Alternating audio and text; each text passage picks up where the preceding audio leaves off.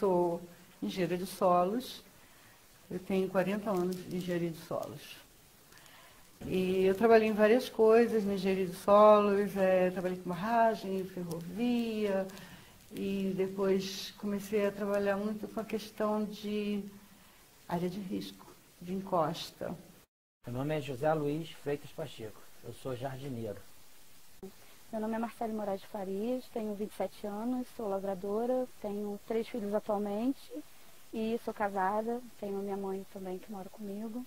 Bom, meu nome é Jaime Medeiros, sou oficial do Corpo de Bombeiros da Reserva, sou professor de matemática da rede pública e da rede privada.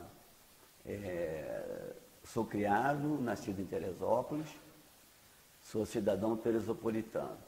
A gente reparou, notou que o que acontecia, a água ela não subiu aos pouquinhos, não foi uma progressão, vamos dizer assim, de que começou a chover e o rio começou a encher devagarzinho.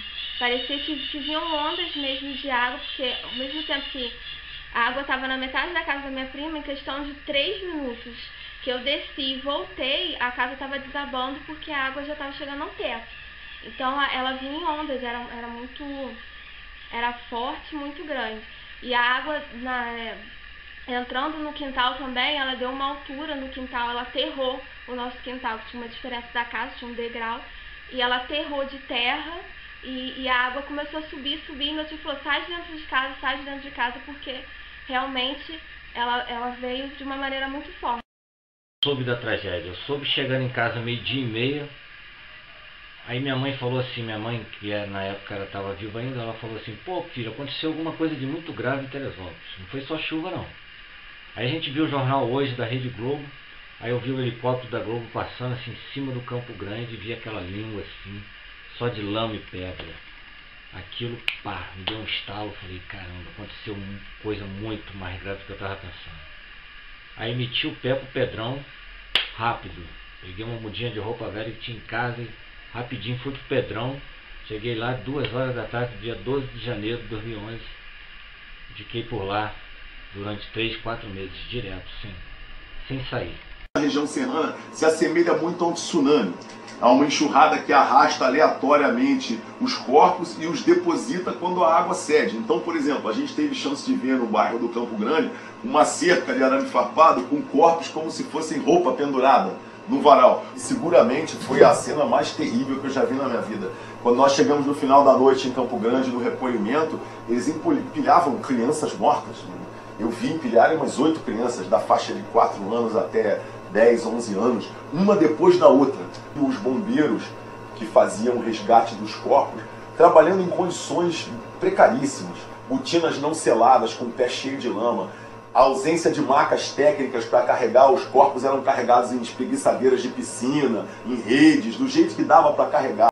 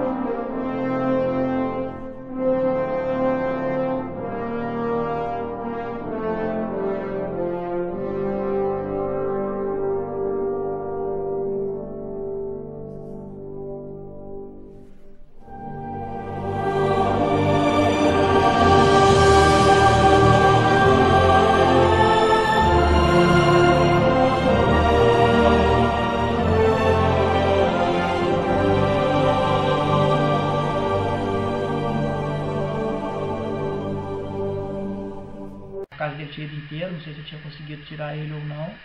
Aí a gente subiu para casa do meu cunhado e fomos para casa da minha sogra, na parte de cima. Durante a noite foi muito difícil fazer alguma coisa, porque a noite era muito escura, muitos raios e trovões. A chuva parecia borrachas d'água entornando. Bem, a noite foi muito sacrificante. Quando foi por volta de umas 4 horas da manhã, a gente escutou alguns gritos. Aí descobriram que era a minha cunhada que estava presa dentro de casa. Retiramos as telhas de brasilite. O meu cunhado e o meu sobrinho subiram por cima do telhado, conseguiram tirar ela da lama, a Sonimar e o Amarildinho. Fomos na casa da Perla, mas já não estava mais, só tinha como. A enchente já tinha levado a parte do quarto todo. E a gente achou que eu tinha ido para a casa do meu irmão, mas quando amanheceu o dia, a gente não acreditava no que via. Era só pedra, pau. Durante a madrugada tu sentiu tremor de terra, alguma coisa parecida? Não? A telha tremia, a explosão da água era tão grande, os raios eram tão fortes que as telhas vibravam. Até a gente chegar na cascata do Imbuí. Quando eu cheguei na cascata do Imbuí, nós chegamos, a equipe chegou, que eu fui deparar com uma situação que eu falei, meu Deus, isso aqui, acho que ninguém, eu como bombeiro, nunca tinha passado por aquilo. Mais de 20 anos de corpo bombeiro, nunca tinha passado por uma situação daquela. Porque quando nós identificamos o primeiro corpo que estava alagado, que estava ali à margem do rio, eu comecei a perguntar para as pessoas ali na poça, ali na cascata, da onde que era aquela pessoa. As pessoas falando, não, essa senhora não é daqui não. Eu falei, mas como que não é daqui? Tem que ser daqui. Não, essa senhora é lá de Campo Grande.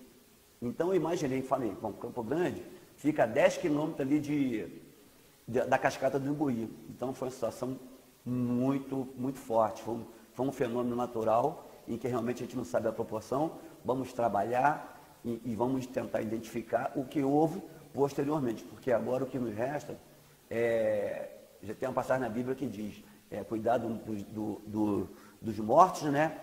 E tentar aliviar a dor daqueles que sobreviveram. Estava muito escuro, muito, muito escuro mesmo. Assim, as luzes acabaram, assim, foi imediato. Luz acabou, sinal de telefone acabou tudo. Então, no que eu saí da minha casa, que eu cheguei na casa do vizinho, assim, o que a gente olhava pra frente, assim, era só água. Não dava pra ver mais nada. Se a gente ia, assim, carro descendo com o farol aceso, mas a gente sabia, assim, que não estava andando na rua. A gente sabia que era carro que tinha arrastado e que tinha descido pela rua. Assim, o que deu pra ver no dia, assim, no momento que eu saí foi isso. Até porque a minha casa, assim, era atrás de outras coisas, então os entulhos taparam a visão da rua. Então não deu pra ver muita coisa. Começou a chover bastante. Na segunda-feira já chovia muito. E na terça-feira continuou a chover bastante. Começou a chover, deve ter começado a chover umas 9 horas. Porque a gente foca muito em horários de novela. Eu fiquei acordada até tarde com meu irmão, porque a gente sempre ficava acordada até bem tarde. Meu pai chegou mais ou menos 1h30 da manhã, que ele trabalhava à noite, e a gente foi dormir. Só que como chovia muito, fazia muito barulho, porque a gente morava próximo do rio, eu não consegui dormir. E aí mais ou menos umas 2h10 por aí acabou a luz, e eu ouvi meu pai comentando com a minha mãe que o rio estava muito cheio.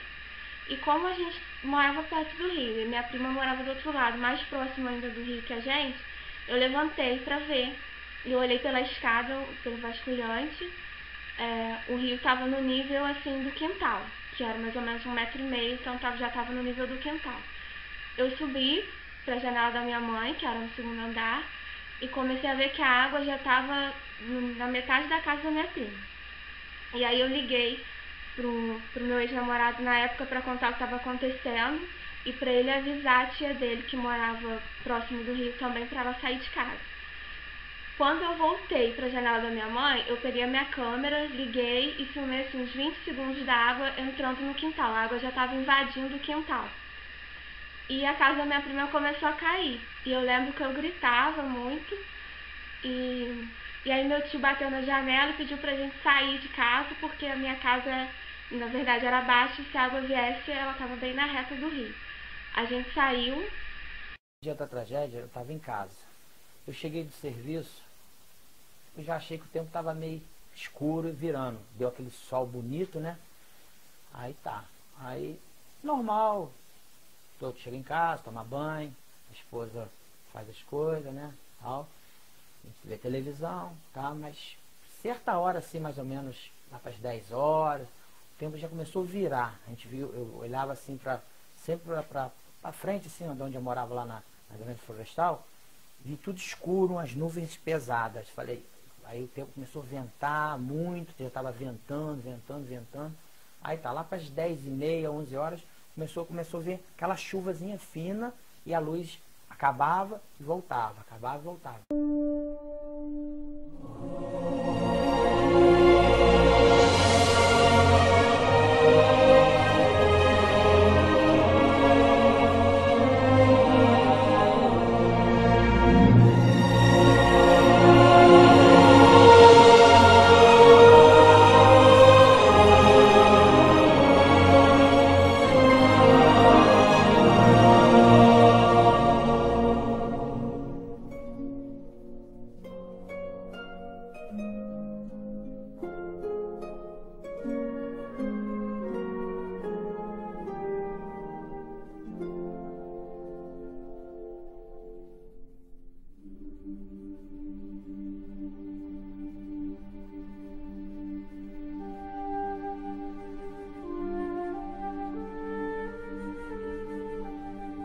Aguentei.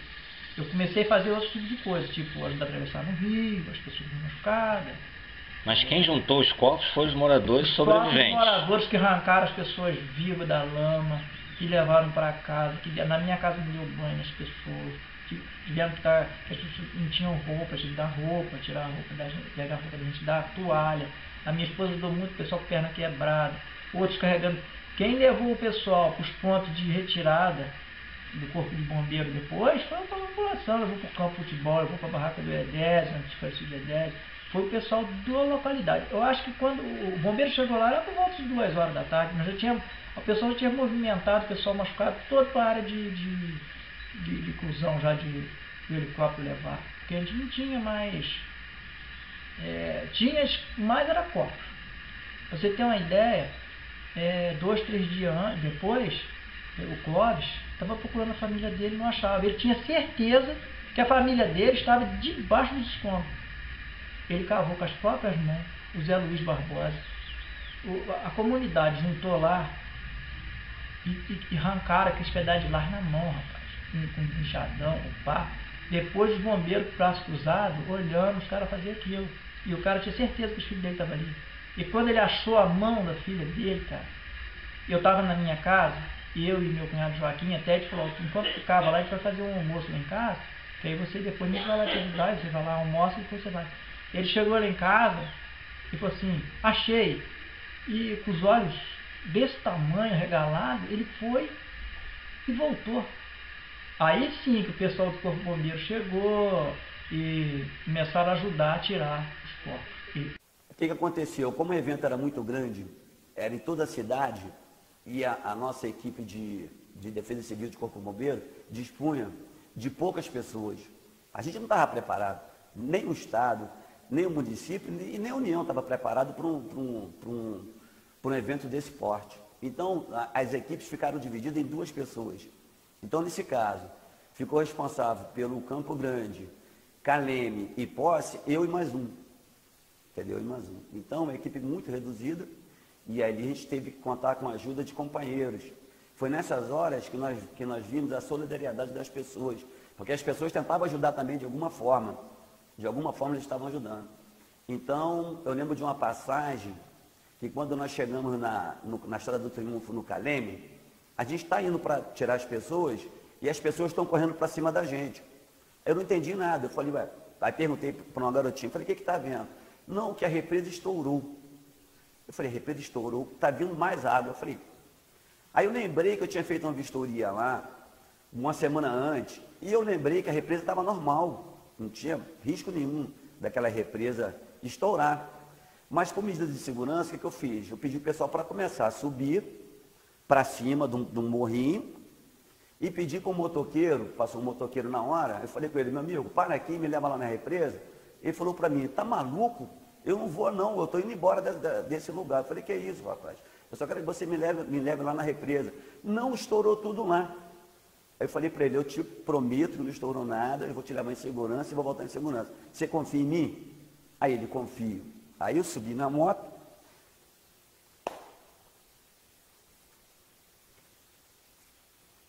dá uma coisa cortada aí. Tava chovendo, assim, uma chuvinha normal, nada assim, que a gente possa dizer, oh meu Deus, ia acontecer uma tragédia que aconteceu. E eu chegando em casa, né, larguei de serviço 5 e pouquinho da tarde, cheguei em casa, né, meus filhos estavam de banho tomado. E assim, uma coisa muito engraçada que eu conto pra ninguém, eu não gosto nem de falar que chega a me arrepiar, a gente nunca dorme cedo, a gente não tem costume de dormir cedo, apesar de morar na roça, e todo mundo achar que a gente dorme 6 horas da tarde, a gente não dorme. A gente, 8 horas da noite, o meu filho mais novo falou pra mim, mãe, eu tô com sono, ele tinha 1 aninho e pouco na época. Ele faz aniversário no dia 13, ele faz aniversário no dia assim, praticamente estava tudo acabado em Vieira. Ele falou assim, mãe, eu tô com sono. Eu falei, tá, meu filho, vamos eu tomar um banho, vai jantar e a gente vai dormir. A gente foi, todo mundo dormiu. Meu esposo desceu pro Rio, que ele trabalhava numa empresa que transporta legumes e verduras pro Rio. E a gente pegou e foi dormir. A gente deitou na cama, assim, parecia Deus o livre guarde o sono da morte. A gente deitou e apagou. Eu acordei, era umas 1h45 da manhã, com assim, um barulho tremendo, gente gritando, e eu não sabia de onde estava vindo aquilo.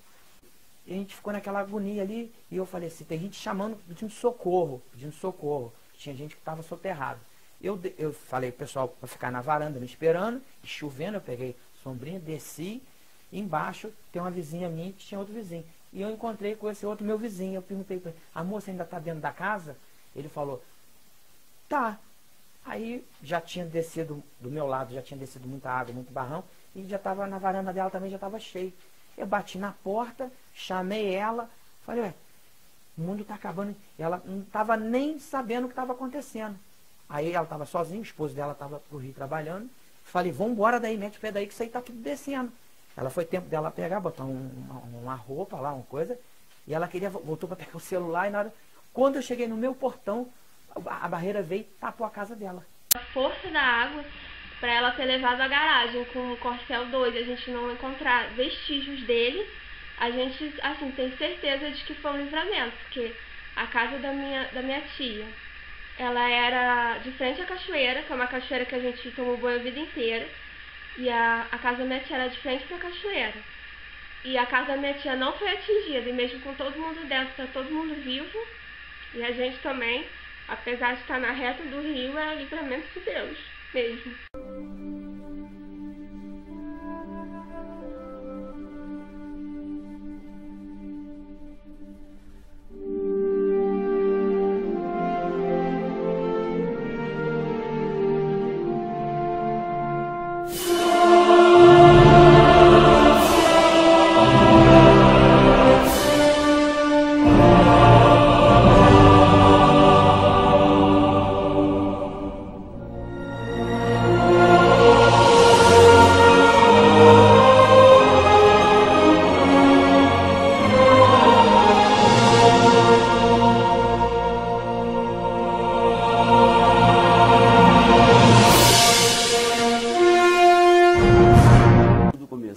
Para mim, como subsecretário da Defesa Civil, como tenente do Corpo de Bombeiro, no dia 10 de janeiro. Foi uma coisa assim muito peculiar, em que nós fomos chamados para uma vistoria no Vale do Cedrim, antigo Córrego Sujo, e lá nos deparamos com uma situação muito atípica.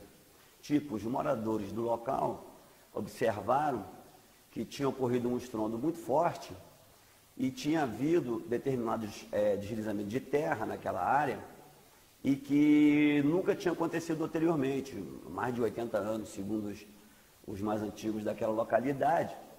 Só que nós tivemos aquilo ali como uma vistoria corriqueira, ou seja, deslizamento de terra, que é uma coisa natural nessa época de chuva, né? E fizemos aquela vistoria como se fosse uma coisa normal dentro dos trâmites da Defesa Civil. Só fomos deparar com essa ligação no dia 11, porque aí ocorreu aquele fato por volta de 00:30 mais ou menos. Eu estava na minha casa, não estava de plantão, estava na minha casa, quando um colega me ligou me informando que estava acontecendo uma coisa muito séria na cidade. E eu olhei pela minha janela e não entendi nada, porque eu moro no bairro de São Pedro, e no bairro de São Pedro não estava chovendo. Mas eu observei que tinha uns clarões muito fortes. E pelo telefone da Defesa Civil, pelo meu telefone, eu via os telefones da Defesa Civil, que eram mais de 4, tudo tocando assim simultaneamente. Aí eu falei, alguma coisa está estranha. Mas não pensei duas vezes. Peguei a minha roupa de trabalho, né? o meu jaleco, minha bota, meu material de proteção individual e fui. Só que quando chegou na Defesa Civil, a gente não conseguia entrar mais. Já estava tudo alagado.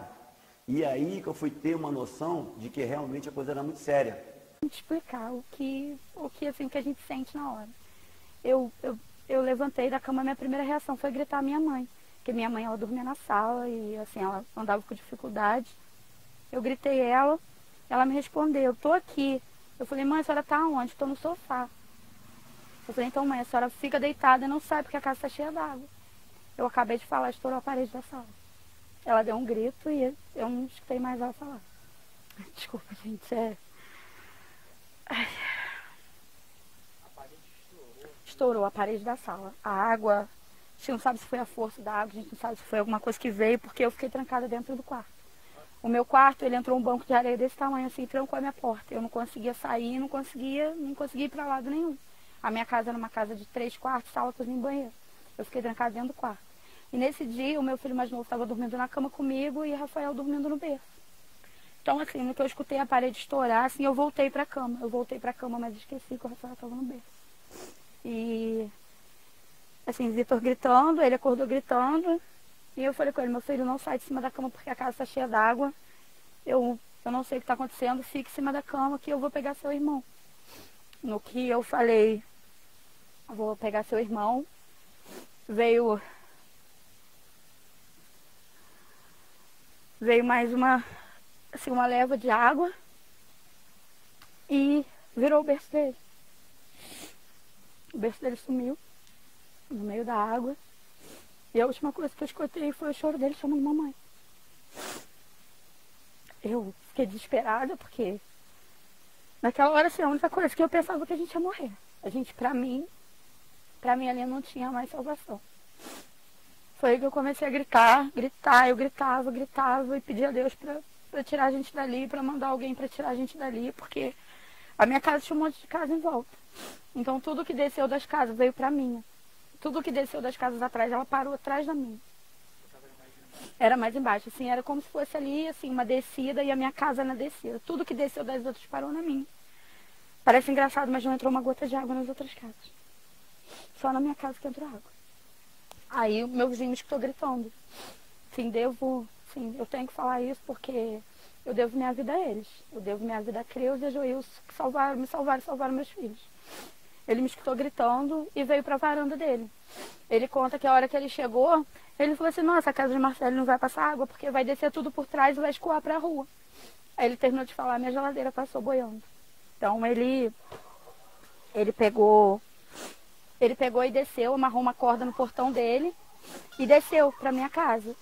Ele desceu e chegou lá assim, tirou minha mãe. Minha mãe estava agarrada no sofá, deitada na sala, agarrada no sofá, o sofá trancando a porta assim. O buraco onde ficou, o sofá parou e ela ficou. Ele tirou ela, levou pra cima, desceu de novo, voltou e socava a porta do meu quarto. E eu, tá trancada, Joilson, não tem como entrar. E ele, eu vou dar um jeito, eu vou entrar aí. Ele chutava a porta, e a porta não abria. E eu desesperada, tirar Rafael daqui, que Rafael tá debaixo d'água. Aí ele deu a volta por trás da minha casa, já com água já no pescoço. Deu a volta por trás da minha casa e abriu a janela assim do meu quarto, pegou meu filho mais velho, que é o Vitor, tirou o Vitor, deu o Vitor para a mulher dele e entrou para dentro de casa. Entrou para dentro de casa, assim, a gente morava, meu quarto era assim, uns 2 metros quadrados, nem isso. Ele entrou para dentro do quarto e ele procurava e nada de achar o berço. O berço sumiu, no meio do entulho, no meio da água, no meio da lama, sumiu. Ele passava a mão, ele entrava debaixo d'água e quanto mais ele entrava debaixo d'água, mais coisa caindo tinha.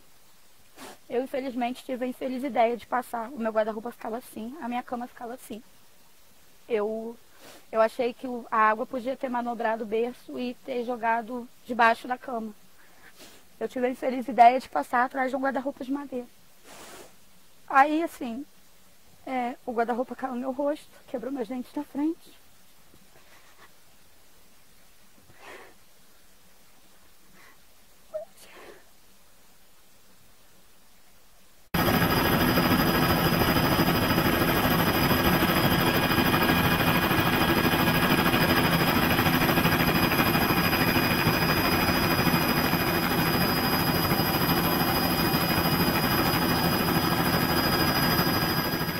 Quando a gente chega a Teresópolis é difícil entender o tamanho do estrago. De cima a gente vê algumas cachoeiras na mata. Na verdade aquilo não existia.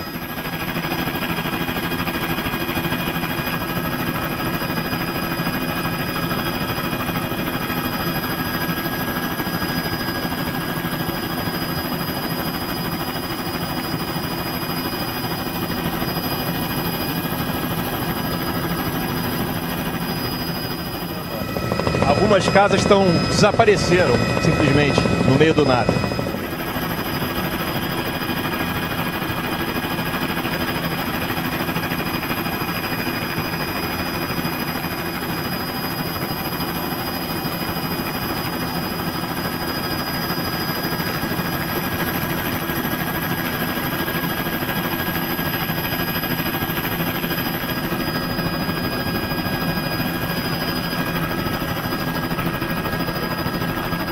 O que era rua virou rio. E onde havia o rio você não tem certeza mais, porque as pedras se misturaram com lama, mata, vegetação, tronco de árvore, é terrível.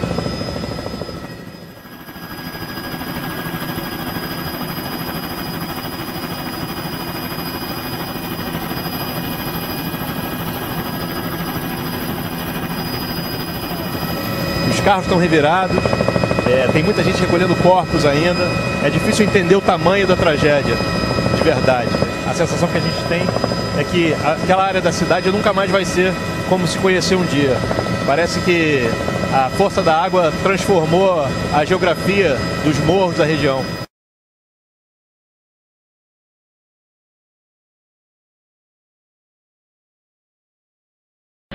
Eletromagnética, ela foi uma tempestade eletromagnética que teve formação depois disso que a gente montou a VIT, a gente teve algumas informações. Tempestade eletromagnética? Eletromagnética.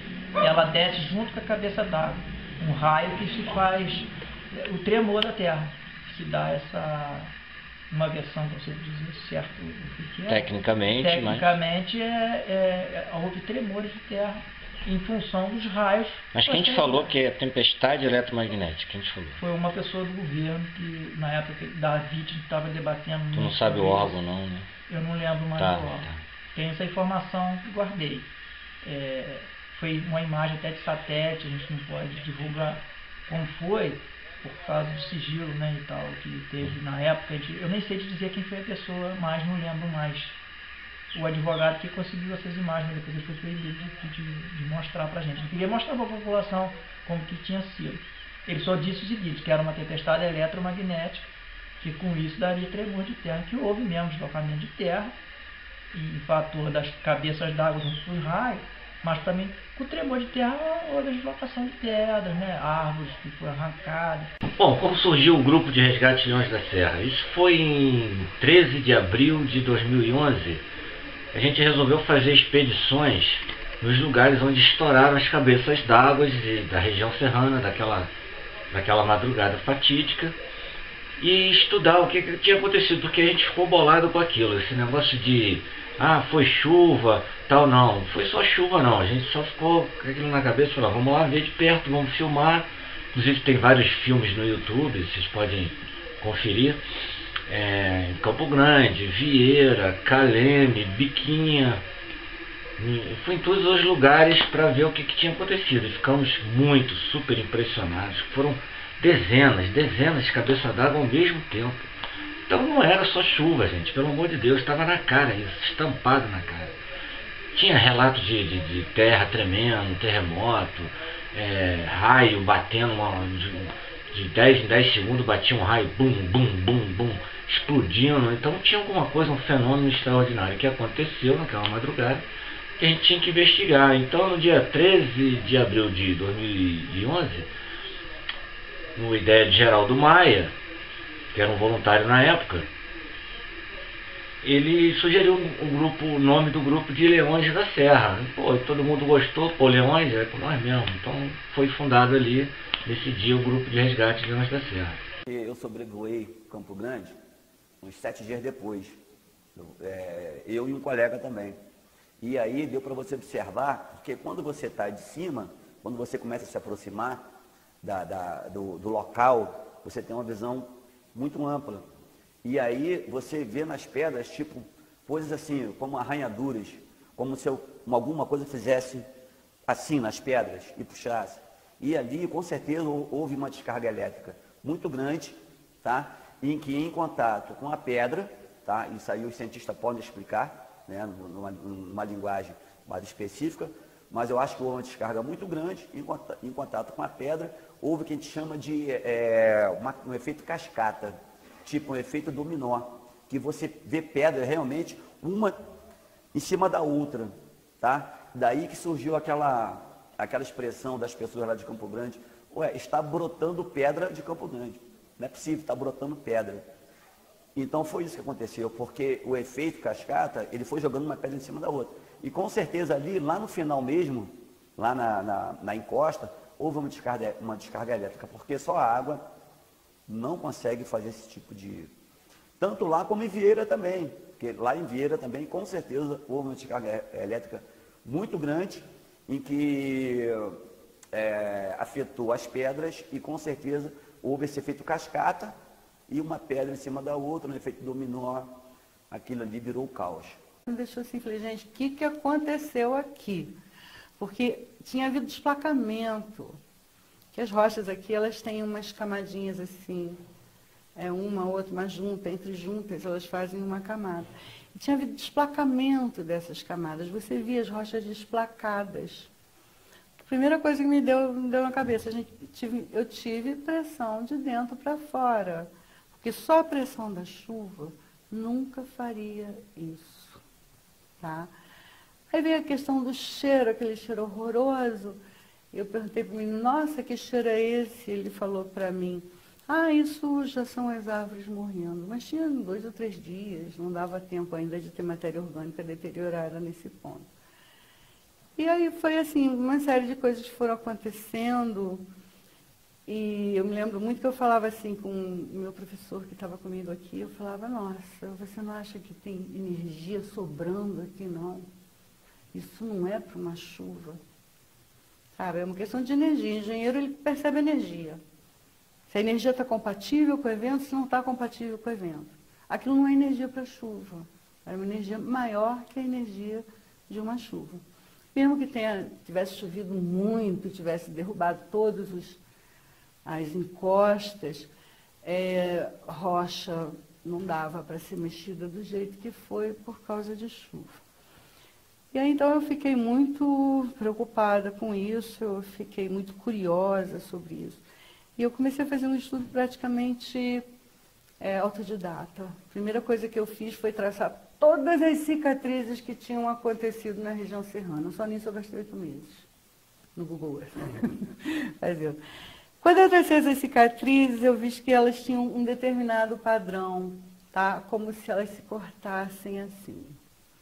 E eu não sabia o que eu ia fazer, eu estava super cismada com aquilo, falei com vários geólogos e todos eles me diziam que não é nada, não é nada, não é nada, né? Até que eu tive a imensa sorte de encontrar o Dr. Jesus Berrocal, que é um sismólogo. Ele é um senhor peruano com extensa experiência em sismologia. Peruanos conhecem sismos, né? Porque sempre tem. E ele foi professor da USP, um dos fundadores do IAG, que é quem monitora os sismos. É quem tem mais estudos sobre sismo no Brasil, é o IAG. Ele foi um dos fundadores do IAG. E ele, inclusive, tem uma façanha, porque ele determinou a direção da deriva da placa da América do Sul. Então, ele é um cara muito bom. E ele também achou coisa muito estranha, e como ele faz o monitoramento sísmico dos sismos da usina de Angra, que é uma instalação delicada e que tem que ser monitorada, ele foi dar uma olhadinha lá nos registros do sismógrafo dele. e ele encontrou para aquela noite 27 sismos. 27 registros sísmicos para a região serrana entre meia-noite e 4 da manhã. São registros perfeitos? Não. O sismógrafo dele está a 200 km de distância e ele está, como a gente fala, ele está regulado, ele está calibrado para outro tipo de região, para outro tipo de sismo. Ele simplesmente marcou o sismo. Inclusive, os sismos, eles têm 4 tipos de onda, né? É o que a gente chama o trem da onda sísmica. É a P, a S, a Rayleigh, a Love. A P e a S são ondas que entram dentro da Terra e a Rayleigh e a Love vem pela superfície. O trem de ondas dele não marcou onda P. Nenhum dos 27 sismos aparece a onda P.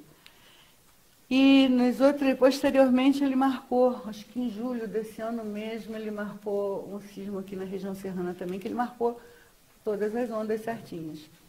Então a gente supõe que com aquela chuva toda, aquela confusão toda, alguma coisa interferiu e amorteceu a onda P, que não chegou lá de jeito nenhum.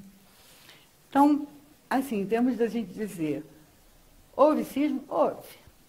Está lá os registros de Angra e eu tenho que agradecer a Furnas Eletronuclear que me permitiu usar e divulgar esses dados que são dela. Ela não tem obrigação nenhuma de divulgar, ela me permitiu e sou bastante grata. Então estão lá os 27 sismos. Além dos 27 sismos, houve mais alguma coisa? Sim. Tudo que aconteceu aqui você pode entender como efeitos sísmicos, tá? Que coisas são essas? Muitas pessoas falaram que viram luzes, tanto antes em Vieira, houve muita gente que falou de luzes. No Campo Grande foi visto no dia 10, foi dia 11, né, Paulo? No dia 10 de noite, uma menina disse que viu clarões no Campo Grande. Isso são o que a gente chama de luzes de terremoto. E... Olha, se eu for te dar essa explicação é longa.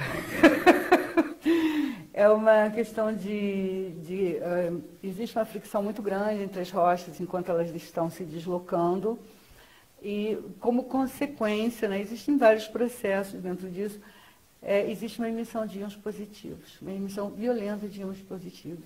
É tanta ionização que chega a achatar a ionosfera. Também forma manchas assim de infravermelhas que você de satélite consegue ver. Tem coisas que você vê por satélite. Tem outras que você vê por aqui. Você tem interferência de onda celular, onda de rádio. Eu lembro que muita gente falou que o relógio parou às 3 da manhã, sabe? A gente lembra que não tinha sinal de celular. Falaram que a torre tinha sido danificada. Eu não sei se isso é verdade ou não. Eu sei que não tinha celular naquele dia. Nem telefone. Não tinha nada. Não teve nada. Existe uma questão de emissão de cheiros, um cheiro muito parecido com um cheiro orgânico, porque a própria água que está dentro da rocha, que está sofrendo esse processo, ela é alterada quimicamente. Então ela fica muito agressiva, ela fica muito ácida, ela causa ferrugem, tá? Quer dizer, ferrugem, vamos botar o nome certo, oxidação das rochas ferruginosas, que tem, né? A gente achou lá em Livieira, a gente achou dique de lamprofe, então, que é uma rocha que tem ferro, tá? Uma rocha ultramáfica. Então, se você entra com uma água ácida ali em cima, você vai dar uma oxidação. Você altera o teor da água, tá? Isso aconteceu muito.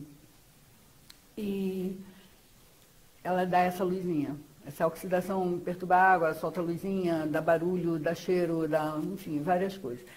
Houve vários depoimentos de coisas semelhantes a isso antes, porque essas coisas podem acontecer antes e durante um sismo. E durante o sismo, tá? Depois ela vai caindo.